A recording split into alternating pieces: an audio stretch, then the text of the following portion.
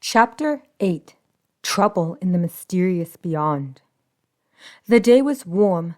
Claw crawled around and chased after Fang, who laughed and stopped, waiting for him to catch up before taking off again. Ruby chopped greens and mixed them into a large turtle shell she found washed along the beach.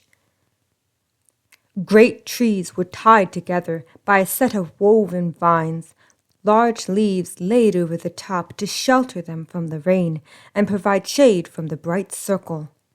In a great pit, a fire heated the water, Ruby cooking slices of meat over top a twig-made rack that was heated by the flames. She made 2 types of stew, one portion for the plant-eaters and the second for the meat-eaters. Calling to them, Ruby stopped and poured the stew into wood-carved bowls, offering one to each of them. Chomper and Ruby sat, Chomper helping Fang with her bowl, while Ruby spoon-fed Little Claw. When they were done, they encouraged Fang to have some responsibilities, washing the dirty items to contribute to the family. Though she got distracted and would play in the water, still she would accomplish the job and be praised from both parents. Before Chomper could get settled with his family, he saw Screech approaching him, huffing from running. That's not a good sign. Screech, what's the matter? Boss, someone is crossing the land path. Thud is there now. I came to get you. All right, we're coming. Changing tongue, he faced Ruby. Ruby, get your weapons. Leave your parents to protect the young. We need to move. Ruby was up in no time, gathering her weapons and kissing Fang and Claw before she stood by him. Right, kids. Mommy and Daddy will be right back. Chomper changed into his towering Sharptooth body, letting out a roar. In a quick bound, Ruby hopped onto Chomper's back, taking off after Screech. Through the jungle they went, Chomper wondering who was about to invade their island. By the land path, Thud stood, watching the strangers slowly approach them. Chomper and Ruby were there, Screech pointing to the figure. What do you want us to do, boss? Go out and kill the invader before they reach the island? Wait, it doesn't look to be a large Sharptooth. Sniffing the air, Chomper frowned. Strange, very strange. What? Well, they're definitely not a threat. When the figure closed in, they saw it was a female fastbiter, carrying 4 eggs in her arms, looking haggard. Ma'am? Alpha, please, help us. She managed to get out before her eyes rolled back and she passed out. Ruby rushed to grab the eggs, not wanting them to break against the ground. Screech and Thud caught and held her up. All looked at Chomper, who was taken aback. Come, let's take her under the trees. Get her some water, maybe catch a few fish. Ruby made a nest for the eggs, Thud sitting upon them to keep them warm, while Screech fetched water. Chomper catching several fish and laying the items by the mother fastbiter, who slowly rose, looking around till her gaze fell upon Chomper. Alpha, you must help us. Okay, I'll help, but you must tell me what has happened. She sat up, seeing Ruby. Oh, a leaf eater. She's my wife, my mate, and the one who rules beside me, Chomper said strongly. I heard the Alpha had a soft spot for leaf eaters. I just never imagined he'd be mated to one. But that matters not, means nothing to me. All I know is I traveled far and wide to seek out and ask for your aid in an important matter. She saw her eggs were safe and cried slightly, sniffing and collecting herself to speak. For a while, it seems those with eggs are in grave danger. I fled my pack when they laughed off my suggestion to speak with you on the troubling topic. I hate to say, but you have a mixed reputation, my pack falling under the type that doesn't acknowledge you. I understand. I'm not exactly the most liked alpha. Was never popular among the Sharpteeth. Well, I remember hearing about the friendly Sharptooth. My mother would tell us of how you moved my siblings and I when we were in our eggs and took us to a safer area. If not for you, my siblings and I might have been smashed within the Great Valley. Chomper was shocked, happy, but surprised to find himself face to face with one of the 3 eggs he and his friends moved. Though hip, Mutt and Nod assisted against their will, Chomper hoping he and Hip could find some even ground and be friends. Unfortunately, Hip's obsession with Ruby grew stronger along with his hate for Chomper. In the end, Chomper took Hip's life to protect Ruby and still regretted it to that day. Shaking his head of the memory, he smiled at the mother fast spider. Yup, I remember that.